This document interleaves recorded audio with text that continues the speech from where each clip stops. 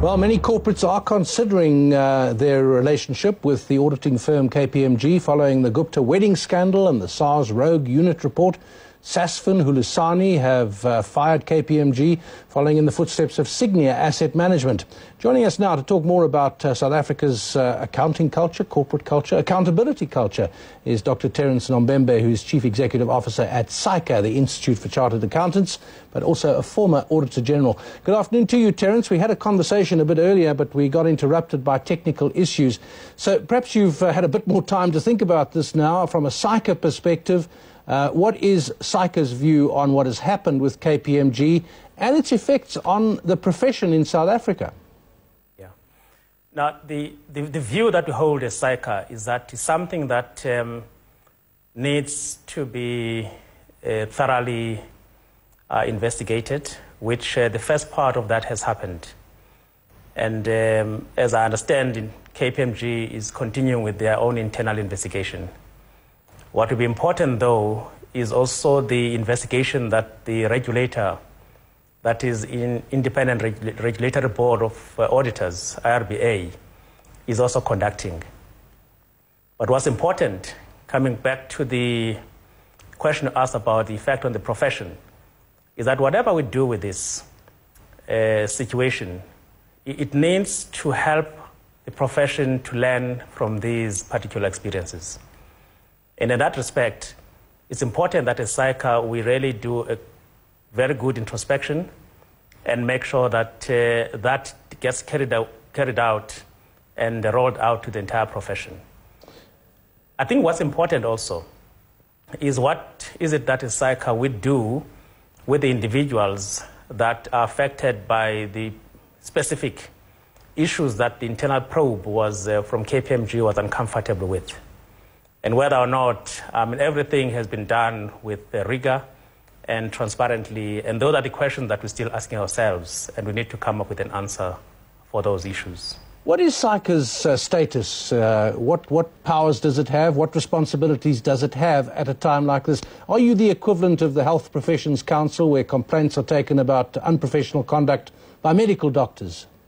Yes, that's correct. SAICA does have a unit and a secretariat that administers issues of a breach of professional conduct, as well as the disciplinary committee that deals with such breaches when they have been determined to have been carried out and validated. Excuse me. So are you saying that... Sorry, carry on. Carry on. So I was just saying, in that respect, everything that basically is done by KPMG at this stage, we are cooperating with KPMG to make sure that the handover of their process is done smoothly with SAICA.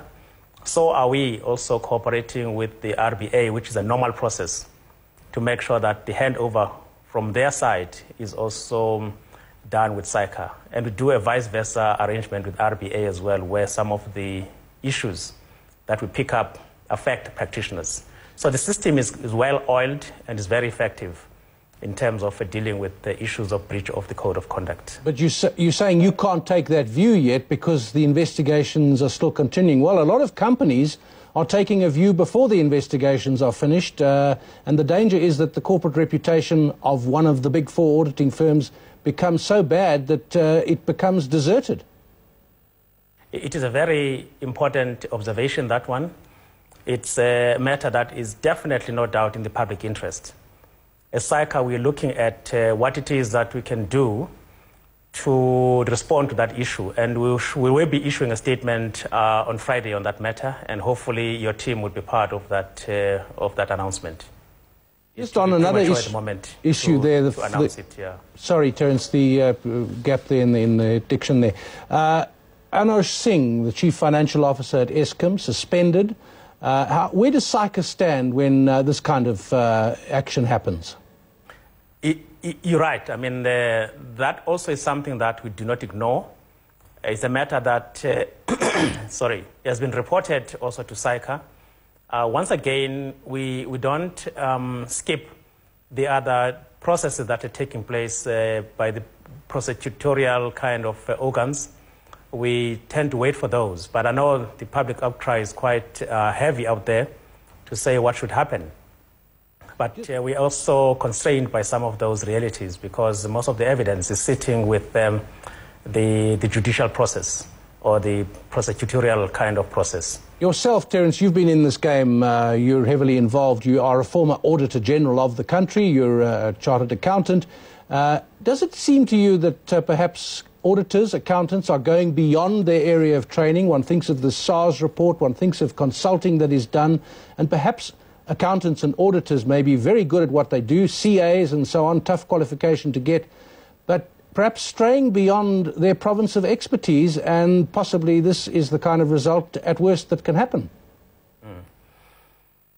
You know, with these issues, it's about assessing the risk adequately.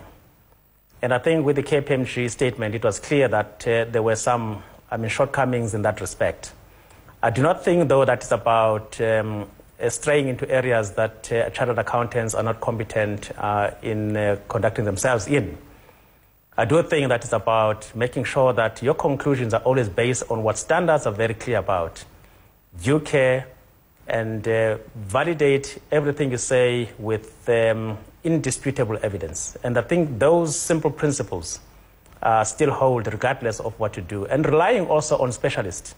I mean, there's a standard specifically that guides us on how we need to work and rely on the work and evidence that specialists give us. So there's nothing that is not there in the standards of auditing that makes us to actually be part of protecting and providing public trust to society, regardless of how complex the assignments may be. Those fundamentals still hold. One of the comments that has come out is that the big companies looking for big government contracts, and the kind of view is, well, you know, we've got to work with government and maybe we have to turn a blind eye here and there. Obviously, that's not the right way to do it. But in your view, is this the kind of behavior that we have in the profession where there's so much at stake for these big companies under pressure to produce profits, big numbers, millions, tens of millions of rand sometimes? The temptation to hope that no one will notice must be great. It really would be unfortunate if that's the way the firms operate. And I don't think that's the way they operate. Because in every assignment that people accept, the thoroughness with which they go through the risk and acceptance procedures is very, very important. And there's no room here to take shortcuts. And the courage to walk away for something that you feel is beyond your means is something that we should be content with and be comfortable with. That is Terence Nombembe. He is CEO at SAICA, the Institute of Chartered Accountants, and a former Auditor General of South Africa.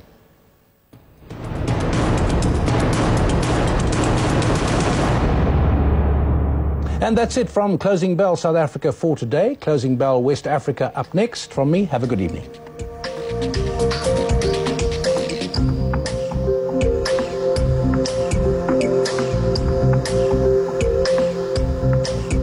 You are thinking Africa business globally. Think RMB.